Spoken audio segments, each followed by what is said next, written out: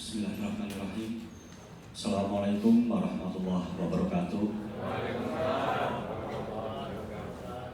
Bismillahirrahmanirrahim. La haula wala quwwata illa billah. Amma ba'd. Yang saya hormati Ibu Camat Wonosalam, Pak Camat Demak Kota, dan Pak Camat Bonang. Yang saya hormati Ibu Kabar Hukum yang sudah memberikan kesempatan pada saya untuk hadir di sini beserta staf. Yang saya hormati Bapak Ibu Kepala Desa maupun Kepala Kelurahan yang berkenan hadir pada pagi hari ini. Marilah kita panjatkan rasa syukur kita kepada Allah Subhanahu wa Ta'ala, yang mana pada pagi hari ini kita masih diberikan nikmat dan kesempatan dalam rangka sosialisasi peraturan perundang-undangan dan pembinaan aparat pemerintah desa atau kelurahan bagi camat, kepala desa, dan lurah di wilayah Kabupaten Demak. Salawat serta salam marilah kita haturkan pada Nabi Agung Muhammad SAW yang kita tunggu sama nanti di hari akhir. Bapak dan Ibu yang saya hormati, yang pertama kami ingin mengucapkan marhaban ya Ramadan, selamat berpuasa bagi yang menjalankan, walaupun dengan mulut agak pahit ini Pak. Jadi mulutnya biar pahit tapi kehidupan kita yang manis begitu. Jadi diaminkan karena ini bulan Ramadan ya. Semoga doa kita dijawab Allah SWT. Bapak dan Ibu yang saya hormati, jadi di sini saya kebagian untuk sebagai narasumber peran DPRD di era pandemi dan penyusunan produk hukum daerah yang berkualitas. Artinya di sini bahwa kami selaku DPRD mempunyai 3 fungsi, yaitu penganggaran, pengawasan, dan legislasi ataupun pembuatan perda. Jadi pandemi ini dimulai tahun 2020 sekitar bulan Maret, hampir 1 tahun lebih kita mengalami kondisi yang seperti ini, bahwa anggaran yang sudah kita rencanakan dari 2019 ya kena refocusing. Begitu, desa pun seperti itu, sehingga refocusing ini jangan menjadikan alasan bahwa terkait dengan pelayanan publik ini kurang maksimal.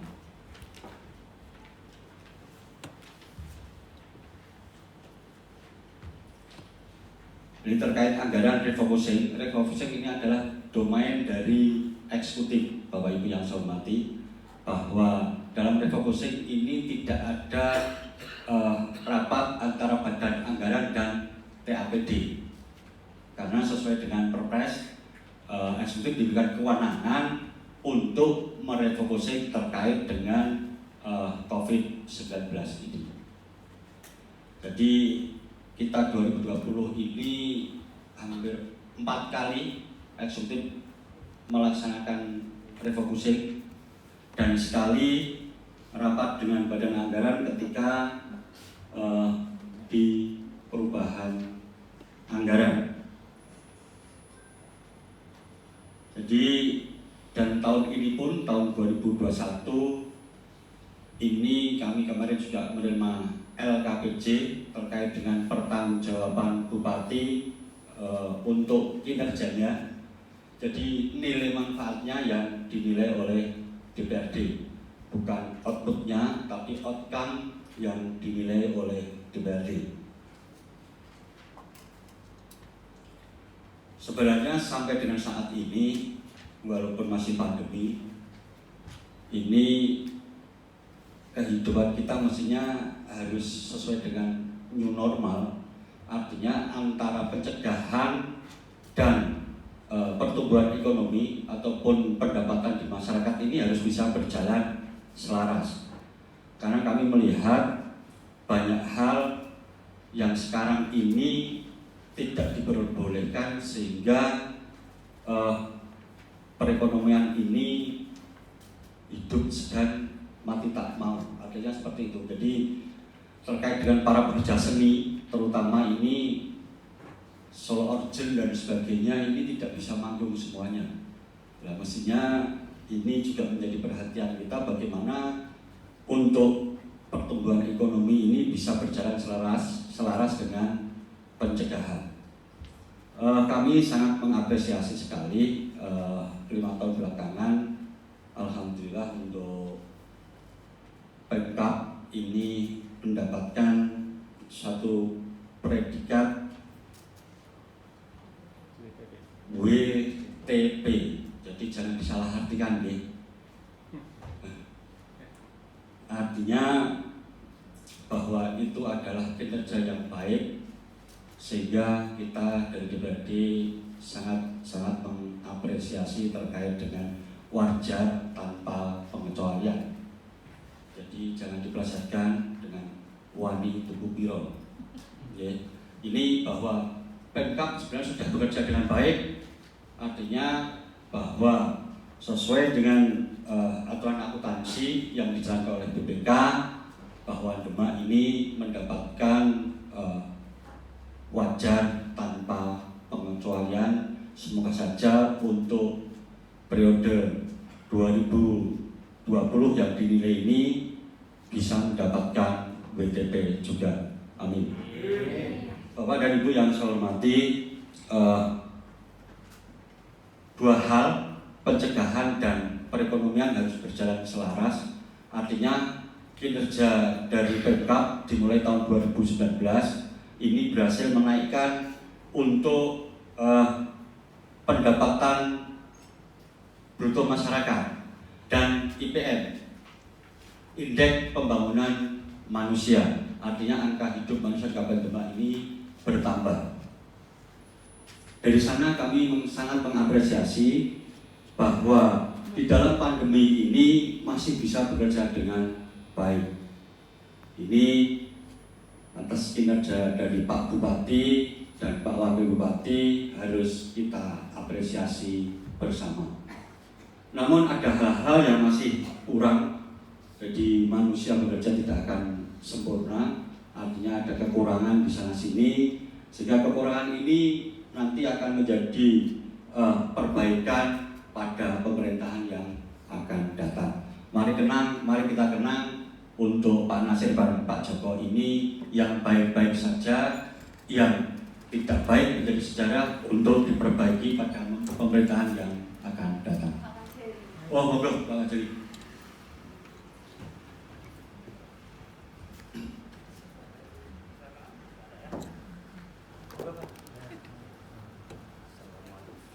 Pagi, Pak Ajari. Pagi, mohon maaf izin terlambat.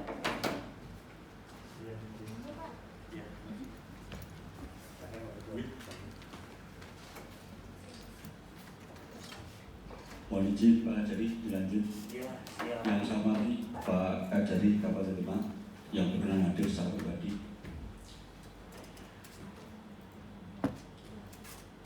Ada beberapa hal yang mungkin menjadi catatan kita. Ketika IPM naik dan pendapatan masyarakat naik, ini dana insentif daerah menurun di tahun 2020. Harapan kami sebenarnya dana insentif daerah ini dengan WTP ini, karena salah satu syaratnya adalah WTP ini bisa naik. Tapi pada kenyataannya untuk tahun 2021 ini DID turun, sehingga kinerja kita mestinya, karena itu dana diberikan kepada daerah-daerah yang berprestasi, mestinya itu bisa digenjot, sehingga dengan adanya refocusing ini pemerintah Kabupaten Demak tidak ada penurunan terkait dengan DTU, dana transfer umum di Kabupaten Demak. Nah ini yang akan kita kita inginkan pada desa-desa terkait dengan pemberdayaan ekonomi. Karena kalau desa ini tidak diberdayakan, ya percuma saja. Desa ini adalah sosok guru dari sebuah negara. Dan perekonomian terutama dengan BUMDes-nya ini kita harapkan bahwa bisa menjadi sosok guru perekonomian nasional. Mestinya terkait dengan BUMDes ini harus ada pendampingan bagaimana membuat BUMDes yang baik. Jadi jangan dibiarkan para kepala desa ini membuat BUMDes dengan pemikirannya sendiri, karena memang kita menyadari bahwa kepala desa yang sekarang ini adalah miniatur dari bupati. Ada sesuai dengan Undang-Undang 6 ini mempunyai kewenangan untuk menjalankan pemerintahnya sendiri. Jadi BUMDes ini mestinya awalnya harus ada studi kelayakannya. Jadi jangan sampai ada BUMDes yang mangkrak. Karena BUMDes ini diharapkan ada pendapatan di situ yang sehingga desa ini bisa berdaya. Nah, ini mestinya harus disambut oleh pemerintah kabupaten bagaimana agar desa-desa ini bisa membuat BUMDes yang berkualitas. Artinya di situ ada dana insentif desa, sehingga ada penilaian parameternya, sehingga untuk memacu daripada desa-desa ini pastinya harus ada rangsangan. Nah, DID yang maksud kami ini dana insentif desa ini bagi Pemkab untuk bisa merangsang kepada desa-desa agar perekonomian ini bisa tumbuh di desa. Dengan adanya DD yang pastinya bahwa di situ adalah salah satunya untuk peningkatan sumber daya manusia dan pembangunan. Ini pastinya harusnya digunakan untuk peningkatan sumber daya manusia agar dalam pengelolaan perekonomian di desa ini bisa lebih baik. Karena apa? Kalau ekonomi ini bisa berdaya di desa, pastinya kalau semuanya desa berdaya, kabupaten pun akan kena imbasnya jadi kabupaten yang berdaya. Artinya yang mampu PAD-nya ini lebih besar. Jadi selama ini kita menjaga dari dana transfer dari pusat, jadi kita kurang maksimal terkait dengan pendapatan asli daerah. Mari bersama-sama dimulai dari desa-desa ini, sehingga kalau desa ini bisa mendapatkan pendapatan asli desa, pastinya kabupaten bisa akan meningkat pendapatan asli daerahnya. Ini kerangka berpikir kita seperti itu. Tidak hanya BUMDes-nya saja, mungkin terkait dengan pelayanan pemerintahan dan sebagainya, ini bisa mendapatkan dana insentif desa. Dan ini akan kita dorong nanti kepada eksekutif bagaimana penerapannya. Mungkin ada beberapa kegiatan, 3 atau 4 kegiatan yang bisa merangsang desa ini bisa menjadi maju. Ini mungkin bisa kita laksanakan ke depan lewat Mbak Niken agar nanti bisa dikaji terkait aturan hukumnya, Mbak, untuk dana insentif desa ini, sehingga ke depan bagaimana perekonomian di desa ini bisa berdaya dengan baik. Untuk DD dalam bidang fisik, Bapak Ibu yang saya hormati, mungkin kami sedikit mengingatkan bahwa harusnya terkait pengerjaan ini padat modal, bukan padat teknologi. Artinya bahwa warga desa yang menganggur bisa dilibatkan di dalam pembangunan dari DD ini. Terkait kualitas mungkin harus standar. Nanti ada Pak Kajari, Pak. Yang terpenting bagaimana penyerapan tenaga ini, bagaimana warga desa yang menganggur ini punya pendapatan. Dia ekonomi bisa bergulir di desa, dan pada akhirnya mereka warga desa yang tidak mempunyai pekerjaan ini bisa mempunyai pendapatan. Dan DD yang untuk pencegahan COVID pastinya sudah tahu para Bapak dan Ibu aturannya bahwa PMK 17 tahun 2020 PMK 7 ya 2020 ini di sana mengisyaratkan bahwa selain dari BLT untuk bisa dialokasikan dana untuk pencegahan COVID, artinya pencegahan dan pertumbuhan perekonomian. Jadi kami harapkan dari desa ini ke depan ada seorang direktur BUMDes yang tumbuh dari desa sehingga BUMDes ini menjadi kebanggaan desa maupun warga Kabupaten Demak. Amin.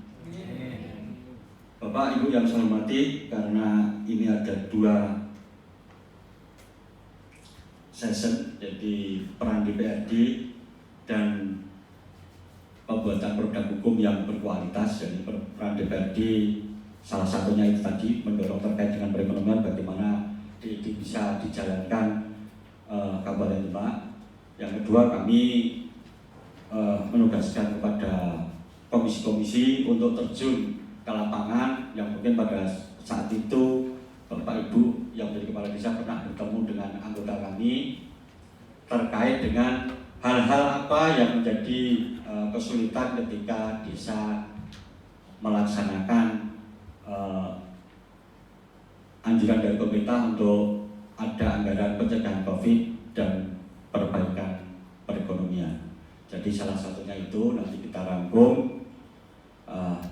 Ini akan kita jadikan rekomendasi karena LKPJ ini pada tanggal 31 kemarin diserahkan ke DPRD, yang insya Allah nanti akan kita bacakan rekomendasinya pada tanggal 26 atau 29 terkait dengan rapat paripurna rekomendasi terkait dengan LKPJ tahun 2020. Bapak Ibu yang saya hormati, ini terkait dengan membuat produk hukum yang berkualitas. Ini sudah ada konsiderannya dari Undang-Undang 23, 12 sampai dengan Perda nomor 1 tahun 2001 tentang pembentukan produk hukum daerah. Jadi pengertian produk hukum daerah adalah produk hukum berbentuk peraturan meliputi perda atau nama lainnya, perkada, peraturan bersama kepala daerah, peraturan DPRD, dan berbentuk keputusan meliputi keputusan kepala daerah, keputusan DPRD, keputusan pimpinan DPRD, dan keputusan badan kehormatan DPRD. Di sini terkait dengan perda yang sudah dihasilkan, alhamdulillah sampai saat ini perda-perda kami sesuai dengan norma-norma aturan yang ada, artinya bahwa pembuatan perda ini yang ini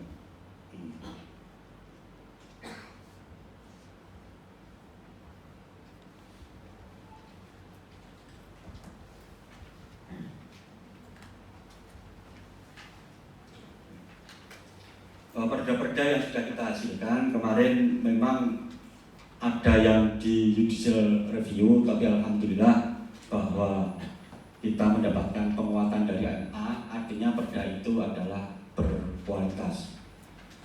Dan ketika ada perda yang belum bisa dilaksanakan karena harus menunggu aturan teknisnya, kami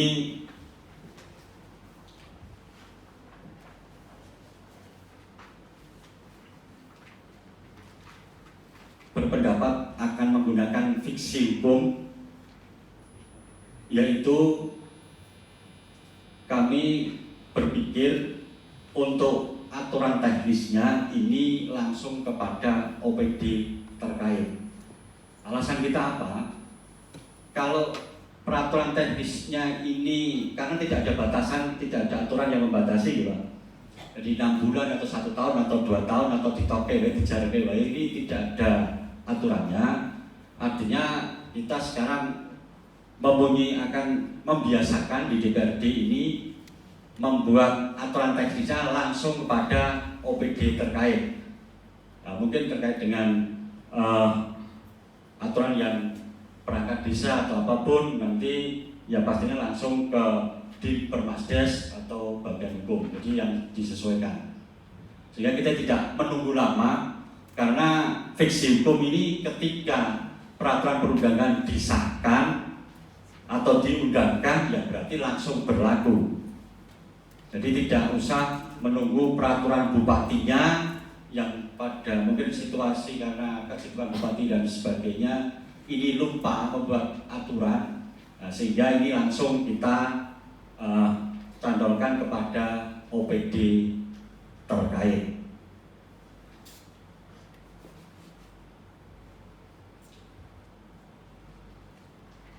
Dan untuk bagaimana perda ini bisa dilaksanakan, ini ada 3 hal yang mempengaruhi.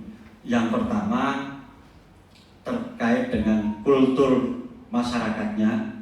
Masyarakat ini diajak disiplin sesuai dengan aturan, mau apa tidak? Budaya kita bagaimana? Nah, ini harus bisa selaras sehingga sebuah aturan hukum ini bisa dilaksanakan di masyarakat. Yang ketiga terkait dengan aparaturnya. Ini yang lagi marak ini kan ada di grup-grup ini terkait dengan perda karaoke, kenapa tidak dilaksanakan? Nah, tergantung aparatnya bagaimana, kultur masyarakatnya bagaimana. Nah, nek ono karaoke, nek masyarakatnya orang seneng karaoke pastinya ya akan mati sendiri. Tapi ketika ada karaoke dan masyarakat suka berkaraoke ya pastinya itu tidak akan bisa dibunuh. Jadi bukan hanya aturannya saja, tapi 3 hal ini termasuk substansinya adalah aturannya, kultur dari masyarakat, aparatur dan substansinya. 3 hal ini yang mempengaruhi bagaimana sebuah produk hukum ini bisa dilaksanakan atau tidak. Jadi kalau saya melihat kultur masyarakat di Kabupaten Demak ini ya suka karaoke. Ini kita harus fair ya. Saya juga sendiri suka. Nah, mayoritas seperti itu. Artinya bahwa keberadaan karaoke di Kabupaten Demak ini ya pastinya bagaimana mereka yang suka ini bisa menyalurkan hobinya, dan yang tidak suka ini juga tidak merasa terganggu dengan keberadaan karaoke. Ini pasti harus dicarikan jalan keluar yang terbaik seperti apa.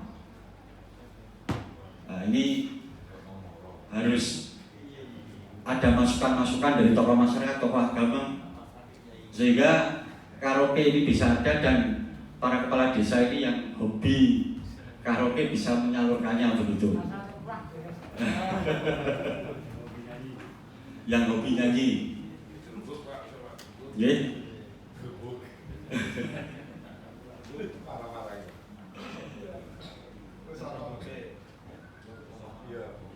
Dan bahwa sebuah perda kita buat ini tidak hanya berdasarkan otonomi daerah saja, bahwa berdasarkan pasal 18 ayat 6 Undang-Undang Dasar 1945 menyebutkan bahwa apabila daerah berhak menetapkan peraturan daerah dan peraturan-peraturan lain untuk melaksanakan otonomi dan tugas pembantuan. Artinya otonomi adalah untuk daerah sendiri karena kita diberikan kewenangan sesuai dengan lokal, kearifan lokal, ataupun tugas pembantuan kita dipaksa oleh undang-undang untuk membuat peraturan daerah. Begitu gitu ya, kalau tidak salah. Jadi ada hal-hal seperti itu sehingga kadang-kadang kita ini tidak bisa memberikan sesuatu yang memang diinginkan oleh warga masyarakat, karena satu hal itu adalah tugas pembantuan dari pusat. Jadi di situ kita sebenarnya ingin, cuman karena kewenangan saja kita tidak berani melakukan, sehingga hal-hal seperti itu harus bisa disadari oleh Bapak Ibu Kepala Desa di 3 kecamatan. Sebelum kami akhiri, Bapak Ibu yang saya hormati, ini mestinya terkait dengan perekonomian juga untuk pendidikan, ini sudah saatnya untuk bisa tatap muka. Karena kalau terlalu lama antara murid dan guru nanti tidak saling kenal.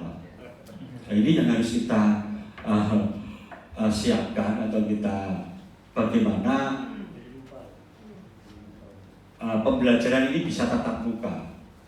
Sekarang Jidus itu kan agak murah ya, bisa dianggarkan. Kalau memang nanti tolong dikaji bagian terkait dengan aturan Jidus, pengadaan Jidus itu, bagaimana itu bisa dianggarkan di dalam APBD, sehingga harapan kami sekolah-sekolah ini bisa ada satu, sehingga ketika murid bersekolah ini bisa langsung dites positif apa negatif, karena akurasinya sangat tinggi terkait dengan Jidus ini. Dan insya Allah untuk bulan April ini sudah bisa digunakan di bandara-bandara. Artinya kalau sudah bisa digunakan di sana, berarti legalitasnya bisa terpenuhi. Mungkin terkait perkantoran pelayanan yang banyak orang bisa dipasang Jidus. Jadi kita harus berpikir inovatif, Pak. Jangan monoton terkait dengan adanya pandemi ini. Kalau kita berpikir monoton, kita membatasi terus, ya repot. Artinya pada saat ini masyarakat sudah jenuh. Tapi apapun itu PPKM ya harus kita laksanakan, jangan dikendorkan. Tapi ya harus ada solusi-solusi yang bisa membuat mereka ini berdagang ataupun bersekolah.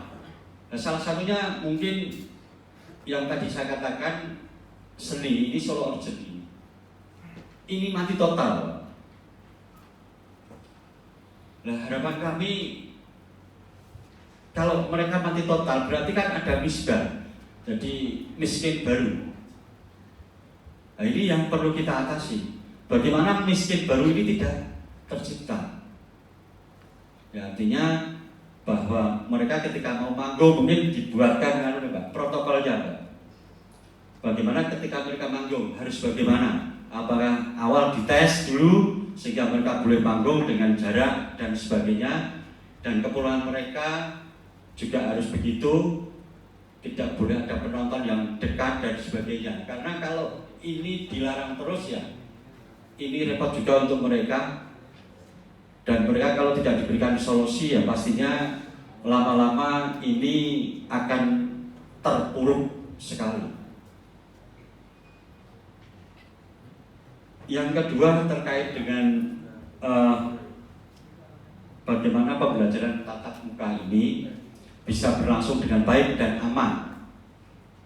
Artinya apa yang dikhawatirkan terkait keselamatan ini bisa teratasi dengan diadakannya alat pendeteksi Jidus itu sangat murah, sekitar mungkin 65 juta alatnya, dan untuk plastiknya itu sekitar 15.000 kalau enggak.